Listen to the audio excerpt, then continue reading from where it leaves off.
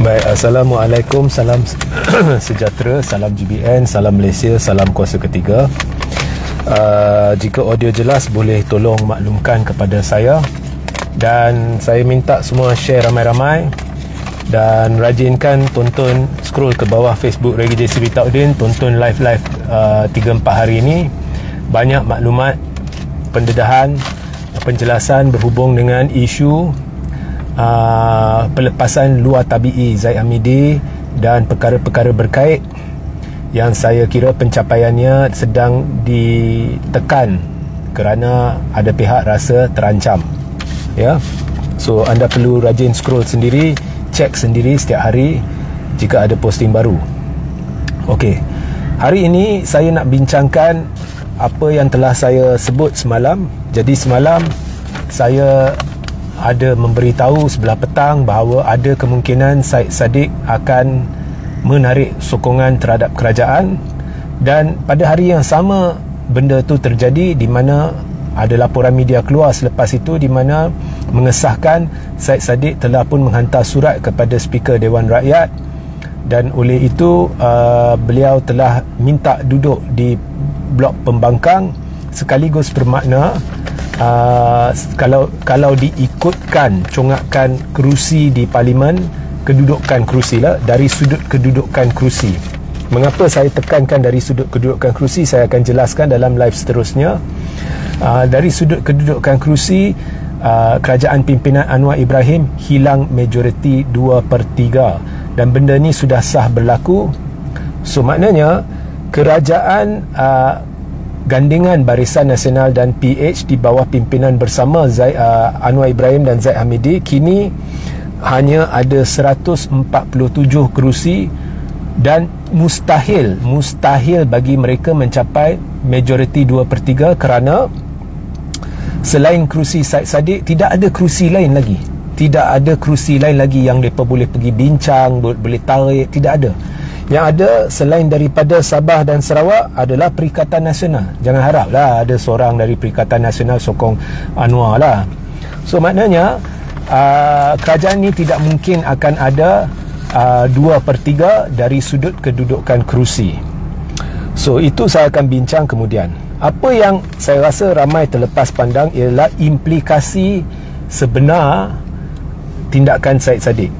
Now, ramai di media sosial sedang bersorak dengan gembira, khususnya di belah-belah penyokong Perikatan Nasional, bahawa tanpa 2/3 Anwar tidak dapat melaksanakan perang undang-undang tertentu, dapat pindah perlembagaan. Malah ada yang pemahaman mereka berkenaan dengan perlembagaan ni lemah. Mereka kata tidak boleh luluskan rang undang-undang. Itu tidak benar, ya. Itu tak perlu 2/3. Tetapi ada perkara-perkara tertentu yang jika ingin dipindah dalam perlembagaan perlu 2/3. Yang tu Anwar tak boleh buat. Kemudian persempadanan semula tak boleh buat. Itu saya akan buat dalam satu live berasingan. Ada yang tepat, ada yang tidak tepat. Okey. So dari sudut kedudukan kerusi, Anwar hilang majoriti 2/3. Baik. Apa implikasi sebenar? Implikasi sebenar dia ialah begini. Kerajaan pimpinan Anwar Ibrahim memang tidak akan bertahan. Sama ada dalam masa terdekat sebelum Syed Saddiq, ya, mengumumkan tarik sokongan, sama ada akan ada MP-MP dari Barisan Nasional yang mungkin tarik sokongan atau kosongkan kerusi, atau mereka akan tunggu dulu sebelum mengorak sebarang langkah, tunggu sehingga Oktober Parlimen bersidang untuk membuat untuk menggagalkan rang undang-undang kerajaan, ya, pada bacaan kedua atau ketiga, iaitu tidak menyokong rang undang-undang kerajaan, ya, atau kedua-duanya sekali, ya, mana satulah. Tapi saya tidak jangka kerajaan pimpinan Anwar akan bertahan melangkaui bulan Oktober. Okey. Dan saya kira dalam masa terdekat akan ada kejutan-kejutan lagi. Tetapi untuk MP UMNO ni tetap akan ada isu. undang-undang anti lompat atau akta anti lompat sebenarnya tidak boleh halang MP-MP secara peribadi untuk tarik sokongan terhadap Anwar. Jika mereka tarik sokongan terhadap Anwar, mereka tidak perlu kosongkan kerusi. Tetapi apa sekalipun isu tu menjadi perbahasan, perbalahan, ya. Ada orang kata mereka perlu kosongkan kerusi, ada orang kata mereka tidak perlu.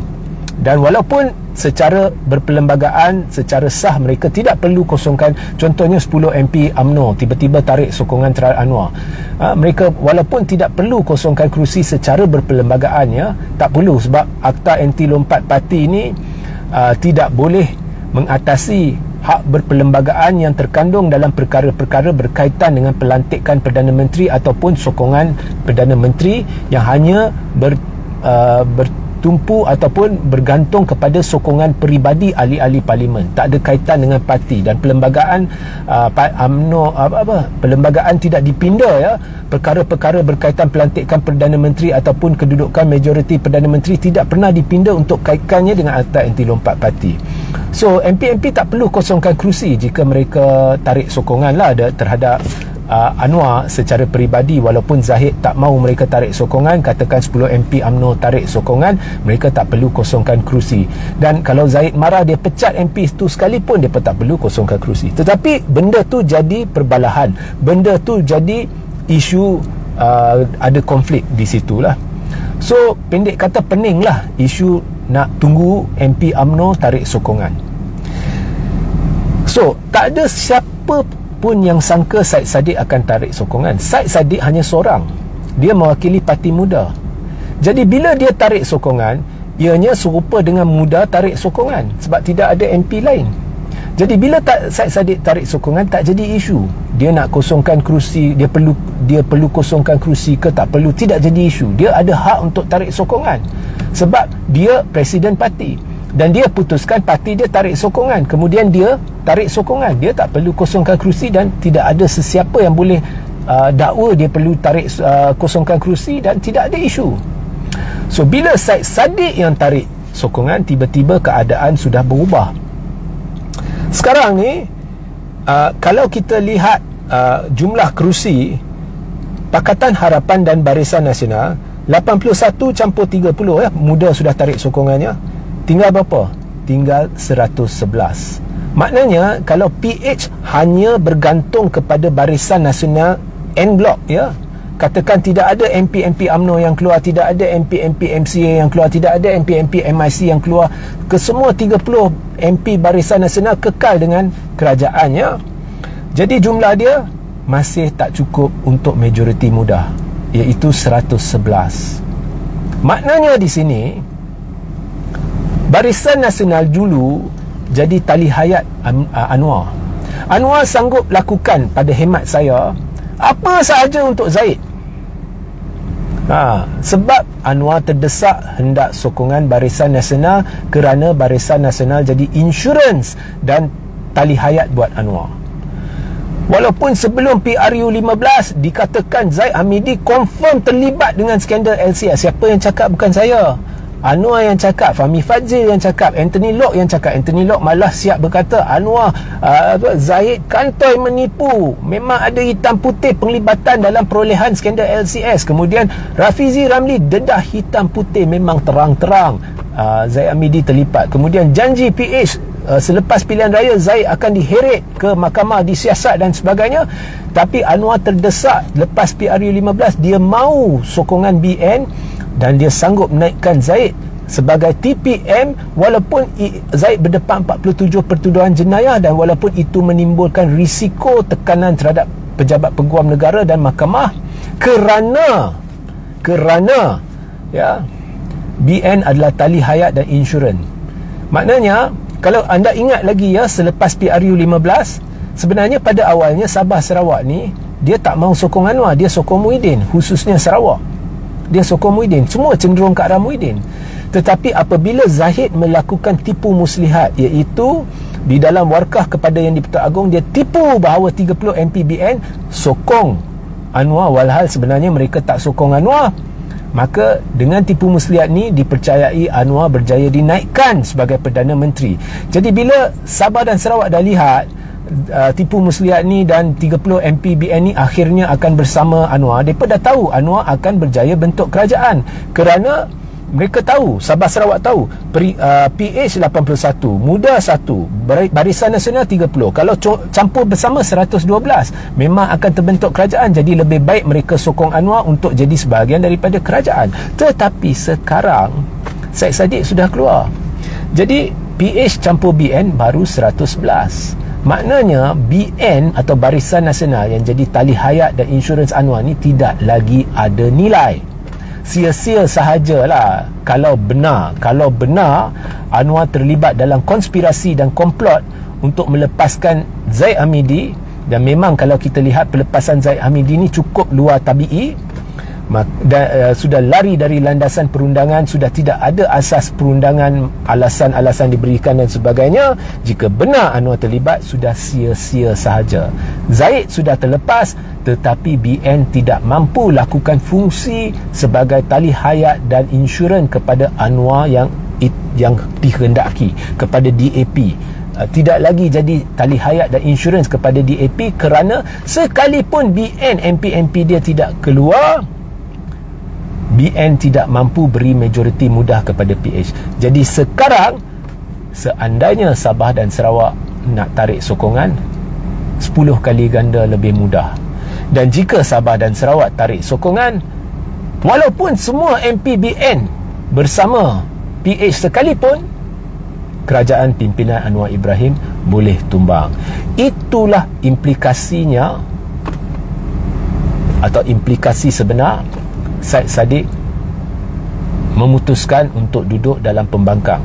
Dan saya kena ucapkan syabas kepada Syed Saddiq kerana berpegang kepada prinsip, iaitu apa yang dia katakan benar. Anwar, PH semua telah mengkhianati mandat rakyat.